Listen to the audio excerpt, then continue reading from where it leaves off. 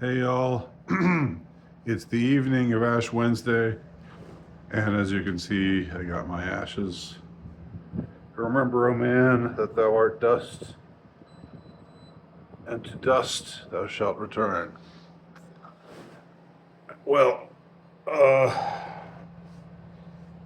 I uh, I used this day, Ash Wednesday, um, in an unusual way that might not be quite in accord with the sort of things you're not really supposed to have fun on Ash Wednesday. You're not really supposed to, I don't know, take a pleasure trip. Um, but it really worked out well with me for my schedule. So I went ahead and did it. And, I hope that I did abide by the fasting rules, the abstinence and fasting rules, no meat, um, and, no, how's it go? One meal can't be uh, only one meal, and it has to, and the others have to be smaller than that meal. I didn't eat that heartily today, but anyway, that's none of y'all probably care about that. That's just the background for what this video is about. I traveled to Atlanta from Savannah just to see the movie Nirvana, the band, the show, the movie. If you don't know about this film, it's directed by and starring Matt Johnson and also his friend, whose name I can't recall off the top of my head. But Matt Johnson, I want to talk him up here because this guy, he's not that well known. You may not have heard of him yourself, but he just doesn't miss. Um, I've seen I've seen all of his movies, and they're all really good. I reviewed The Dirties, I think, on this channel. It's a school shooting movie that's really really well made and horrifying but also funny at the same time. A very interesting balance that's struck. This movie, Nirvana the band, the movie is based on a show that Matt Johnson and his friend had. I think it was originally a web show back in the aughts, and then it was carried somewhere. Maybe it was on Vice before Vice turned really super lame. Um, I think they actually carried it, uh, but um, the premise of the show is it's about this band, these two guys who are in a band, although only one of them seems to know anything about music, how to play music or have any musical talent, and that's the other guy. Matt himself is just he's just this um, ball full of energy. He's always scheming. He's always getting these ideas, and the central conceit of the show is the band is always trying to get a gig at this place in Toronto, um, that is an actual place. It's an actual club, but it's not really a prestigious place at all. It's just some place that sometimes has open mics, and and there's pool tables and stuff, and so it's not like getting a gig there or you playing a set there would be difficult to do at all. But in the world of this the kind of absurdist world of the show, they're always scheming, or maybe they're just deluded. These guys are kind of like the Flight of the Concords guys a little bit. they don't totally live in reality. They don't, you know, they're they don't totally know what's going on around them. And again, the whole idea of the show is that Matt always, hey, here's an idea, and he writes stuff on a whiteboard in the apartment that they share. And the movie is taking that premise and doing some really interesting things with it. I'm not going to go into detail about the plot, uh, but I will say that it combines several different genres. It's hilarious, of course. It's a comedy, um, but it's also a time travel movie. It turns out to be a time travel movie, and there are conscious pop culture references everywhere, and the conscious echo here is to the Back to the Future movies, um, and another thing that's done in this movie that it's something that Matt Johnson likes to do in his movies is he uh, uh, these two guys go out and in public and do these things, and it's they're trying to hatch one scheme after another, and it's all the schemes are Matt's brainchild, and his friend is just like patiently putting up with with it, but his friend is the only one who can play piano, who seems to have any musical talent. Um, but in this movie, they as with on the show, there's lots of work with just people on the street, so they have people filming them, they're mic'd up, and sometimes they have encounters with people who are apparently strangers. Now, I don't know how many of them are actual strangers and how many of them are actors, um, but it feels very authentic. There's a hilarious scene. Um, there's one scene in particular that takes place in a hardware store, where Matt Johnson is talking to this Indian employee, and it's freaking hilarious, um, and it seems so authentic. Again, maybe this guy was just an actor. This Indian uh, employee at this hardware store.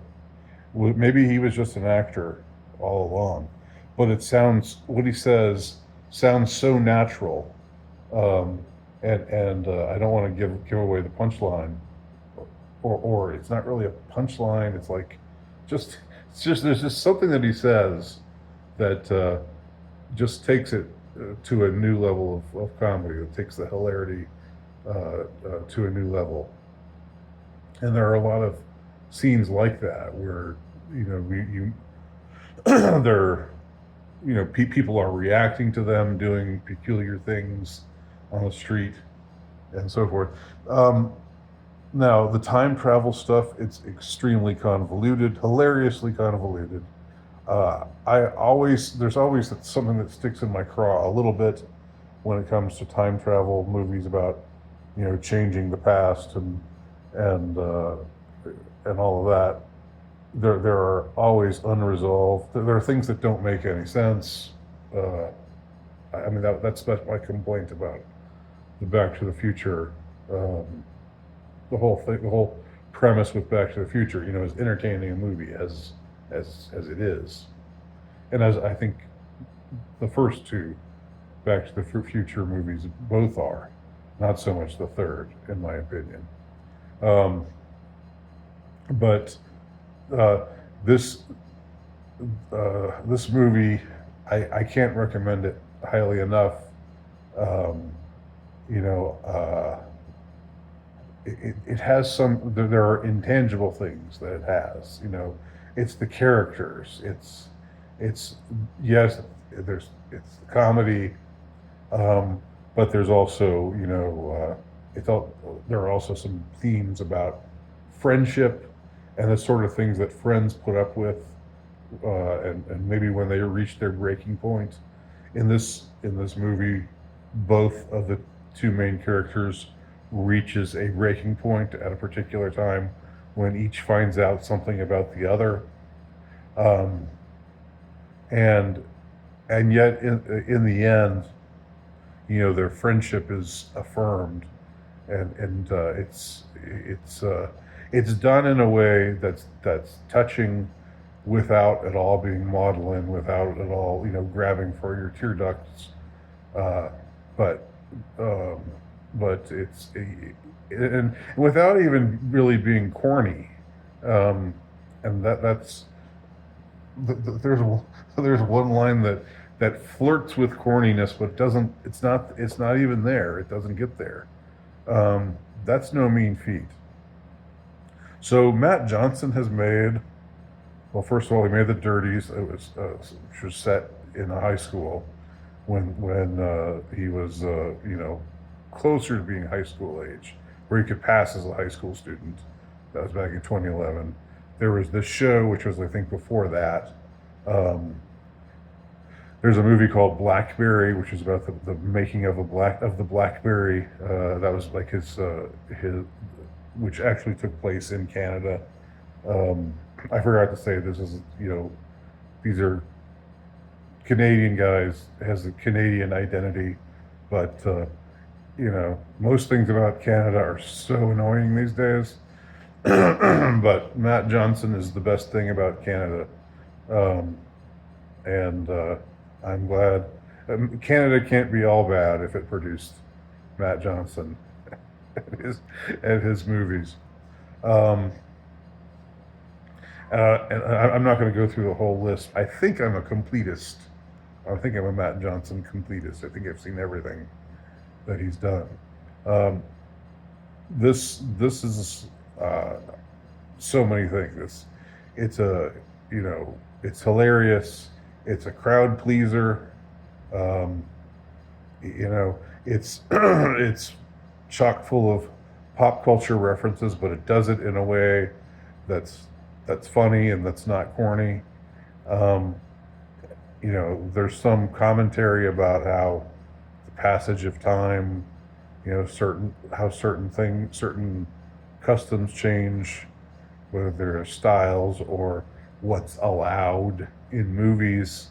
Um, the way that they find out that they actually did go travel through time back to 2008, back to when they were young, and when they see each other as younger guys. The point that gives it away, again, something I don't want to. The point that makes it clear they're in 2008 and they're not in 2025 anymore. It's so hilarious, but it's also very, very true, and it involves a certain line in a movie that came out in 2008, um, that you wouldn't hear in that same movie if it was made in 2025. There's just there are a lot of really clever things like that. It you know I think a lot of comedies um, are,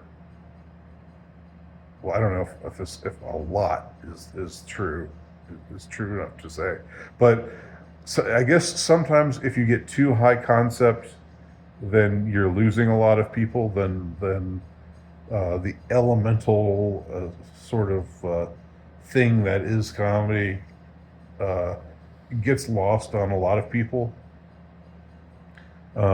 which is basically me saying if you make too intelligent a movie, there are a lot of dumbasses who aren't going to get it. That's which sounds kind of elitist, but it's true. And then on the other hand, you could make comedy that's just very lowbrow. This is neither lowbrow nor highbrow, in the sense that it never seems like it's too clever for its own good, or patting itself on the back. Um, it has a very down to earth sensibility to it. So I'm not going to say anything more than that, and I just thought it would be worthwhile to tell y'all a little bit about uh, my adventures. This was my belated birthday gift to myself. You remember, um, I had a birthday a few weeks ago, and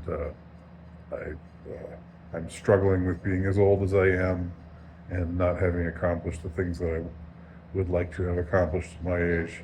But putting all of that aside, this was my birthday gift to myself. Because this movie was not showing where I live, I drove to where it was showing uh, and made the night of it. And now look at this luxury motel room that I got. You know, um, and I still got my cross from this morning on my forehead. Very happy to be rocking those ashes all day long, proudly representing Catholicism. Anyway, that's all. That's it. That's all I've got. But definitely see, if you have a chance, see Nirvana, spelled with two N's. Nirvana, the band, the show, the movie.